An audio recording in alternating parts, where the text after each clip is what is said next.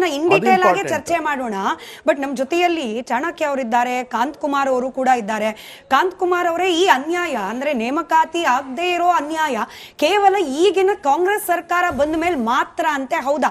ನನ್ನ ಬೇಸಿಕ್ ಪ್ರಶ್ನೆ ಇದು, ಆಮೇಲೆ ಡೀಟೇಲ್ ಆಗಿ ಚರ್ಚೆ ಮಾಡೋಣ.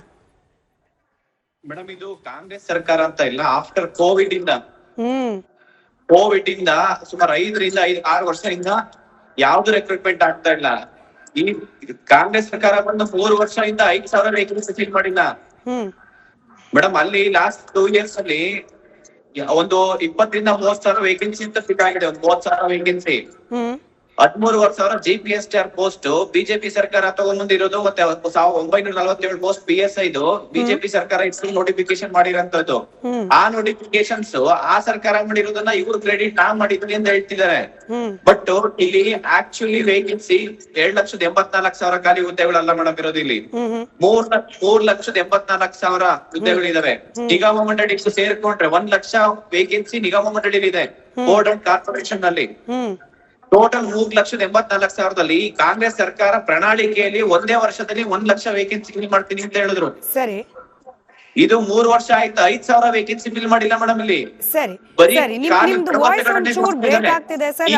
ಆ ಕನೆಕ್ಷನ್ ಸರಿ ಮಾಡ್ಕೊಂಡು ವಾಪಸ್ ಬರೋಣಂತೆ. ನಮ್ಮ ಜೊತೆಯಲ್ಲಿ ಸಲೀಂ ಅಹಮದ್ ಅವರು ಕೂಡ ಜಾಯಿನ್ ಆಗಿದ್ದಾರೆ. ನಮಸ್ಕಾರ ಸರ್, ಕಾರ್ಯಕ್ರಮಕ್ಕೆ ಸ್ವಾಗತ. ನನ್ನ ಧ್ವನಿ ತಲುಪ್ತಾ ಇದೆ ಅಂತ ಭಾವಿಸ್ತಾ, ಇವತ್ತು ವಿದ್ಯಾರ್ಥಿಗಳ ನೇರ ಪ್ರಶ್ನೆ, ನೀವು ಬಾಗಲಕೋಟೆ ಹಾಗೆ ದಾವಣಗೆರೆ ದಕ್ಷಿಣದಲ್ಲಿ ಚುನಾವಣಾ ಪ್ರಚಾರ ಏನು ಅಷ್ಟು ಎಫರ್ಟ್ ಹಾಕಿ ಮಾಡ್ತಿದ್ದೀರಿ, ಕೇವಲ ಅದರಲ್ಲಿ 1% ಎಫರ್ಟ್ ಅನ್ನ ಈ ವಿದ್ಯಾರ್ಥಿಗಳ ಸಮಸ್ಯೆ ಬಗೆಹರಿಸ್ಬಿಟ್ಟಿದ್ರೆ ನೀವು ಪ್ರಚಾರ ಮಾಡೋದೇ ಬೇಕಾಗಿರ್ಲಿಲ್ಲ. ವಿದ್ಯಾರ್ಥಿಗಳು, ಸರ್ಕಾರಿ ಉದ್ಯೋಗದ ಆಕಾಂಕ್ಷಿಗಳು ಭರಪೂರವಾಗಿ ಕಾಂಗ್ರೆಸ್ಗೆ ವೋಟ್ ಹಾಕ್ತಿದ್ರು, ನೀವು ಮಾಡ್ಲಿಲ್ಲ ಆ ಕೆಲಸನ ಅಂತ ಹೇಳಿ.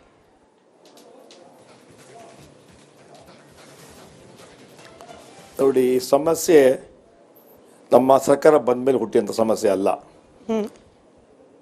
ಮೊನ್ನೆ ಬಜೆಟ್ನಲ್ಲಿ ಸುಮಾರು 50,432 ಹುದ್ದೆಗಳನ್ನು ನಾವು ಫಿಲ್ ಮಾಡ್ತೀವಿ ಅಂತ ವಾಗ್ದಾನ ಮಾಡಿದ್ವಿ, ಬಜೆಟಲ್ಲೂ ಹಾಕಿದ್ದೀವಿ. ಅದು ನಮ್ಮ ಮೇಲೆ ವಿಶ್ವಾಸ ಇಡಬೇಕಲ್ವಾ? ನಾವು ಮಾಡಲ್ಲ ಅಂತ ಹೇಳಿದ್ರೆ ಬಜೆಟಲ್ಲಿ ಇಡ್ತಾ ಇದ್ವಾ? ಈ ಸಮಸ್ಯೆ ಏನು ಮೊನ್ನೆ ನಮ್ಮ ಸರ್ಕಾರ ಬಂದ ಮೇಲೆ ಆಗಿದೆ, ಅದಕ್ಕೆ ಮುಂಚೆಯಿಂದ ಇದೆ ಸಮಸ್ಯೆ.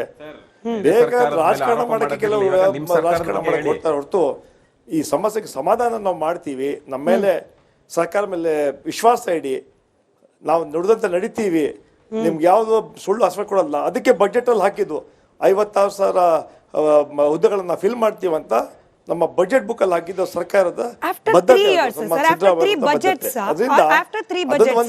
ಪ್ರಣಾಳಿಕೆ ಪ್ರಕಾರ ಮೊದಲ ವರ್ಷದಲ್ಲೇನೆ ನೇಮಕಾತಿಗಳು ಪ್ರಾರಂಭ ಆಗ್ಬಿಡ್ಬೇಕಾಗಿತ್ತು. ಆಯ್ತು, ಸರ್ಕಾರ was settling down, we agree. BJP ಸರ್ಕಾರ ತಪ್ಪು ಮಾಡಿ ಹೋಯ್ತು, ನಿರಾಶೆ ಮಾಡ್ತು ವಿದ್ಯಾರ್ಥಿಗಳಿಗೆ, ಅದನ್ನೂ ನಾವು ಒಪ್ಕೊಳ್ಳೋಣ. ನೀವ್ ಹೇಳಿದ್ರಿ ಸರ್ಕಾರ ಬಂದ ಮೇಲೆ ಸಮಸ್ಯೆ ಹುಟ್ಟಿದ್ದಲ್ಲ, ಪರಿಹಾರ ಕೂಡ ಆಗ್ಲಿಲ್ಲಲ್ಲ ಸರ್ ಸರ್ಕಾರ ಬಂದ ಮೇಲೆ. ಅದನ್ನೇ ಪ್ರಶ್ನೆ ಮಾಡ್ತಿರೋದು ಈಗ ವಿದ್ಯಾರ್ಥಿಗಳು. ನಮ್ಮ ಸರ್ಕಾರ ನಾವು ಪ್ರಯತ್ನ ಮಾಡ್ತಾ ಇದ್ವಿ, ಮಾಡಲ್ಲ ಅಂತ ಹೇಳಿಲ್ಲ. ಮೊನ್ನೆ ತಾನೇ ಬಜೆಟ್ ಅಲ್ಲಿ ಅದನ್ನ ಅನೌನ್ಸ್ ಕೂಡ ಮಾಡಿದ್ದಾರೆ. ಅದಾದ್ಮೇಲೆ ಸ್ವಲ್ಪ ಈ ರಿಸರ್ವೇಷನ್ ಸಮಸ್ಯೆ ಇತ್ತು, ಅದೇನು ಡಿಲೇ ಆಗಿದೆ. ಮೊನ್ನೆ ಕ್ಯಾಬಿನೆಟ್ ಆಗಬೇಕಾಯಿತು, ಅದನ್ನು ಪೋಸ್ಟ್ಪೋನ್ ಆಗಿದೆ, ಎಲೆಕ್ಷನ್ ದೃಷ್ಟಿಯಿಂದ ಪೋಸ್ಟ್ಪೋನ್ ಕೂಡ ಆಗಿದೆ. ಆದರೆ ಈ ಕೆಲವರು ಅದರಲ್ಲಿ ರಾಜಕೀಯ ಮಾಡಿ ಯುವಕರೇ ವಿದ್ಯಾರ್ಥಿಗೆ ದಾರಿ ತಪ್ಪಿಸೋ ಕೆಲಸ ಮಾಡ್ತಾರಲ್ಲ, ಅದು ಸರಿಯಲ್ಲ. ಅದು ಯಾವುದು ದಾರಿ ತಪ್ಪಿಸೋದು? ಯಾವುದು ಸರ್? ಅಂದ್ರೆ ಯಾವುದು? ಅಂದ್ರೆ ವೀಕ್ಷಕರಿಗೆ ಕ್ಲಿಯರ್ ಆಗ್ಬಿಡ್ಲಿ, ಯಾರು ರಾಜಕೀಯ ಮಾಡ್ತಿರೋದು, ಯಾವ ದಾರಿ ತಪ್ಪಿಸ್ತಿದ್ದಾರೆ? ಅಲ್ಲ, ನಾವು ರಾಜಕಾರಣ ಮಾಡ್ಬೇಕಂತ ಹೇಳಿದ್ರೆ ಅಲ್ಲಲ್ಲ, ನಾವು ರಾಜಕಾರಣ ಮಾಡ್ಬೇಕಂದ್ರೆ ರಾಜಕೀಯ ಮಾಡ್ತೀವಿ. 12 ವರ್ಷ ನರೇಂದ್ರ ಮೋದಿ ಅವರು ಪ್ರತಿಯೊಂದು ವರ್ಷ 2 ಕೋಟಿ ಉದ್ಯೋಗ ಕೊಡ್ತೀನಿ ಹೇಳಿದ್ರಿ, 24 ಕೋಟಿ ಉದ್ಯೋಗ ಕೊಟ್ರ? ಅವ್ರು ಕಂಪ್ಲೀಟ್ ಮಾಡಿ,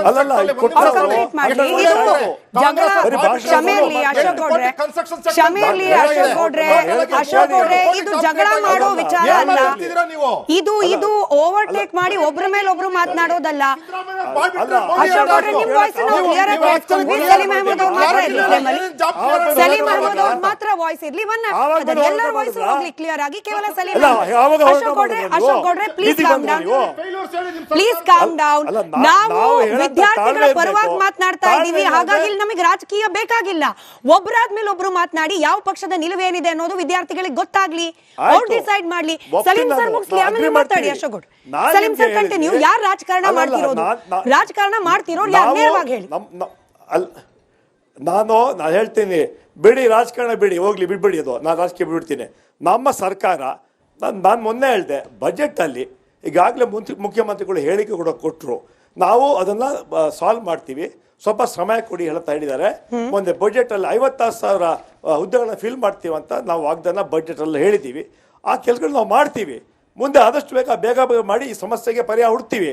ಬಿಜೆಪಿ ಇರ್ತಾರ, ನಾವು 12 ವರ್ಷ ಮೋಸ ಮಾಡಲ್ಲ. ನಾವು ನಮ್ಮ ಸರ್ಕಾರಕ್ಕೆ ಬದ್ಧತೆ ಇದೆ, ಮಾಡ್ತೀವಿ, ಹೇಳ್ತಾ ನಡೀತೀವಿ ನಾವು. ಅದಕ್ಕೆ ನಾವು ಕೂಡಲೇ ಅನೌನ್ಸ್ ಮಾಡಿದ್ವಿ ಮುಖ್ಯಮಂತ್ರಿಗಳು. ಕರೆಕ್ಟ್ ಸರ್, ಬಜೆಟ್ ಅಲ್ಲಿ ಅನೌನ್ಸ್ ಮಾಡಿದ್ರಿ, ಅದಾದ್ಮೇಲೆ ಏನು ಮಾರ್ಚ್ 1ನೇ ತಾರೀಕಿಂದ ನೋಟಿಫಿಕೇಶನ್ ಆದ್ರೂ ಪ್ರಾರಂಭ ಮಾಡಬೇಕಾಗಿತ್ತು, ಅದಾಗ್ತಿಲ್ಲ.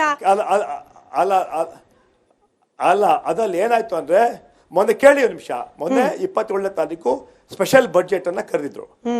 ಆವಾಗ ಏನಾಯ್ತು, ಎಲೆಕ್ಷನ್ ಕಮಿಷನ್ ಅವರು ಹೇಳಿದ್ರು ಅದ್ರಲ್ಲಿ ಸಮಸ್ಯೆ ಆಗತ್ತೆ, ಇವಾಗ ಯಾವುದೇ ಅನೌನ್ಸ್ ಮಾಡಬಾರ್ದು ಅಂತ. ಚುನಾವಣೆ ನಡೀತಾ ಇದೆ, ಅದಕ್ಕೆ ಎಲೆಕ್ಷನ್ ಕಮಿಷನ್ ಅದನ್ನ ನಿರ್ಬಂಧ ಮಾಡಿದ್ರು. ಅದಕ್ಕೆ ಕ್ಯಾಬಿನೆಟ್ ಮೀಟಿಂಗ್ ಅದರಲ್ಲಿ ಪೋಸ್ಟ್ಪೋನ್ ಮಾಡಿದ್ವಿ ನಾವು. Cabinet meeting was about reservation sir, ಒಳ ಮೀಸಲಾತಿಗಲ್ಲ ಕ್ಯಾಬಿನೆಟ್ ಮೀಟಿಂಗ್ ಇದ್ದಿದ್ದು. ನಮ್ಮಲ್ಲಿ ವಿಶ್ವಾಸ ಇಲ್ಲ ಸಿ ಅದರಲ್ಲೇ ಸಮಸ್ಯೆಗಳು, ಎಂಪ್ಲಾಯ್ಮೆಂಟ್ ಕೆಲವು ಪರ್ಸೆಂಟೇಜ್ ಆಫ್ ಜಾಸ್ತಿ ಆಗಿದೆ. ಓಕೆ, ಬಹುಶಃ ಕನೆಕ್ಷನ್ ಫ್ರೀಸ್ ಆಯ್ತು ಅನ್ಸುತ್ತೆ, ಅದನ್ನ ಸರಿಪಡಿಸೋ ಪ್ರಯತ್ನ ಮಾಡೋಣ. ಎಷ್ಟು ಸುಳ್ಳು ಹೇಳ್ತಾರೆ ಅಂತ ಹೇಳಿದ್ರೆ, ಪ್ರತಿ ಒಂದು ವರ್ಷ ಸೆಂಟ್ರಲ್ ಗವರ್ನಮೆಂಟ್ ಅಲ್ಲಿ 1 ಲಕ್ಷ ಉದ್ಯೋಗಗಳು ಭರ್ತಿ ಆಗ್ತಾ ಇವೆ. ಹೌದು, ರಿಟೈರ್ಡ್ ಆಗ್ತಿದ್ದಾರೆ ಜನ, ಜೊತೆಗೆ ಬೇರೆ ಬೇರೆ ವಿಚಾರಗಳು ನಡೀತಾ ಇದೆ. ಅದೆಲ್ಲ ಆದ್ರೂ ಸಹ ಪ್ರೈವೇಟ್ ಸೆಕ್ಟರ್ ಅಲ್ಲಿ, ಕನ್ಸ್ಟ್ರಕ್ಷನ್ ಸೆಕ್ಟರ್ ನಾನು ಎಲ್ಲಿಂದ ಬರ್ತೀನಿ ಅಲ್ಲಿಂದಾನೇನೆ 7,80,00,000 ಉದ್ಯೋಗ ಈ ಕಳೆದ 12 ವರ್ಷದಲ್ಲಿ ಕ್ರಿಯೇಟ್ ಆಗಿರ್ತಕ್ಕಂತಹದ್ದು ಅಫಿಷಿಯಲ್ ಮಾಹಿತಿ ಹೇಳ್ತಾ ಇದ್ದೀನಿ. ಜೊತೆಗೆ ನೀವು ಬೇರೆ ಸೆಕ್ಟರ್ಗಳಲ್ಲಿ, ನರ್ಸಿಂಗ್ ಸೆಕ್ಟರ್ ಅಂದ್ರೆ ಹೆಲ್ತ್ ಕೇರ್ ಸೆಕ್ಟರ್ ಇರ್ಬೋದು, ಎಜುಕೇಶನ್ ಸೆಕ್ಟರ್ ಇರ್ಬೋದು, ಎಲ್ಲ ಹಾಕೊಂಡು ಕಳೆದ 12 ವರ್ಷಗಳಲ್ಲಿ 26 ಕೋಟಿ ಉದ್ಯೋಗ ಕ್ರಿಯೇಟ್ ಆಗಿದೆ ಅಂತ ಹೇಳಿ ಅಫಿಷಿಯಲ್ ವರದಿ ಇರ್ತಕ್ಕಂಥದ್ದು. ಇಷ್ಟೆಲ್ಲ ಇದ್ರೂ ಸಹ ಕೇಂದ್ರ ಮಾಡಿಲ್ಲ, ನರೇಂದ್ರ ಮೋದಿ ಸುಳ್ಳು ಹೇಳ್ತಾರೆ. ಇವ್ರು ಸುಳ್ಳು ಹೇಳ್ತಾ ಇರೋದು. ಇವ್ರು ಏನ್ ಹೇಳಿದ್ದು ಅಂತ ಹೇಳಿದ್ರೆ 1 ಲಕ್ಷ ಉದ್ಯೋಗ ನಾವು ಕೊಡ್ತೀವಿ ಅಂತ ಹೇಳಿದ್ರೆ ಸುಳ್ಳಲ್ವಾ? ಆಯ್ತು, 5G ಗ್ಯಾರಂಟಿನ ಕೊಡ್ತೀವಿ ಅಂತ ಹೇಳಿದ್ರೆ ಅದ್ರಲ್ಲಿ ಕೊಟ್ಟೇ ಇಲ್ಲ, ಅದು ಸುಳ್ಳಲ್ವಾ? ಆಶಾ ಕಾರ್ಯಕರ್ತರು ಮತ್ತು ಅಂಗನವಾಡಿ ಕಾರ್ಯಕರ್ತರಿಗೆ ನಾವು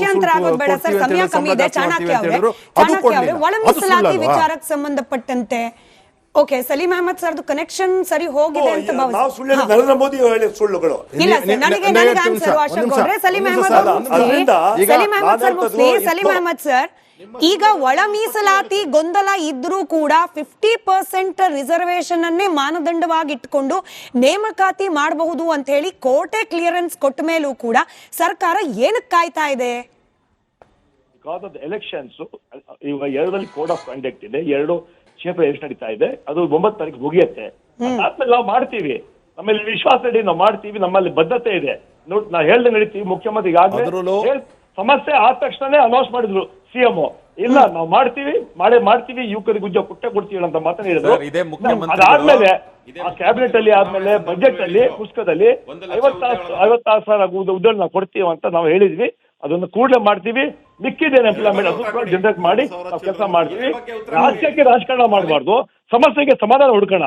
ನಾವಾಗ್ಲಿ ನೀವಾಗ್ಲಿ ಯಾವ ತರ ಅವ್ರಿಗೆ ಉದ್ಯೋಗ ಕೊಡ್ಬೇಕು ಆ ಕೆಲಸ ನಾವು ಮಾಡ್ತೀವಿ. ಸರಿ ಸರ್, ನಮ್ಮ ಜೊತೆಯಲ್ಲಿ ವಿದ್ಯಾರ್ಥಿ ಮುಖಂಡರಾದ ಚಾಣಕ್ಯ ಅವರು ಇದ್ದಾರೆ. ಅವ್ರ ನೇರ ಪ್ರಶ್ನೆ ನಿಮ್ಗೆ, ಇದೇ ತರದ ಭರವಸೆ